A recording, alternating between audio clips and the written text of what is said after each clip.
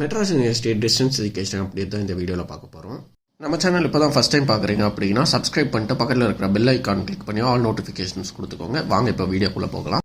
இந்த வீடியோவில் எதை பற்றி பார்க்க போகிறோம் அப்படின்னா ஆல் டிக்கெட் டவுட்ஸ் தான் பார்க்க போகிறோம். நிறைய பேர் என்கிட்ட ஒரு 2 டவுட்ஸ் கேட்டுக்கிட்டே இருந்தாங்க. அதை பற்றி தான் இந்த வீடியோவில் சொல்ல போகிறேன். ஃபஸ்ட்டு டவுட் என்னென்னு பார்த்தீங்கன்னா, எக்ஸாம் ஃபீஸ் பே பண்ணும்போது செலக்ட் பண்ண சப்ஜெக்ட் வந்து ஆல் டிக்கெட்டில் டிஸ்பிளே ஆகலை, அதாவது ஆல் டிக்கெட்டில் வரல அப்படின்னு நிறைய பேர் கேட்டிருந்தீங்க. இந்த டவுட்டுக்கு நீங்கள் டேரெக்டாக யூனிவர்சிட்டி தான் போகணும். நீங்கள் எக்ஸாம் ஃபீஸ் பே பண்ண ரிசிப்ட் எடுத்துகிட்டு டேரெக்டாக யூனிவர்சிட்டியில் எக்ஸாம் செக்ஷன் போனீங்க அப்படின்னா அவங்க அதை கிளியர் பண்ணி கொடுப்பாங்க. நீங்கள் மண்டேவே போய் கேளுங்க. அடுத்த டவுட்டு, என்னால் ஆல் டிக்கெட் டவுன்லோட் பண்ண முடியல, என்ரோல்மெண்ட் நம்பர் கொடுத்துட்டு சப்மிட் கொடுத்தா டேட்டா நாட் ஃபவுண்ட் வருது அப்படின்னு நிறைய பேர் டவுட் கேட்டிருந்தாங்க. இப்படி உங்களுக்கு டேட்டா நாட் ஃபவுண்ட் வருது அப்படின்னா நீங்கள் எக்ஸாம் ஃபீஸ் பே பண்ணிட்டீங்களான்னு பாருங்கள். நீங்கள் எக்ஸாம் ஃபீஸ் பே பண்ணியிருந்தீங்கன்னா ஓகே, பே பண்ணலை அப்படின்னா நீங்கள் நெக்ஸ்ட் செம் தான் எழுதி ஆகணும். உங்களால் இந்த செம் எழுத முடியாது.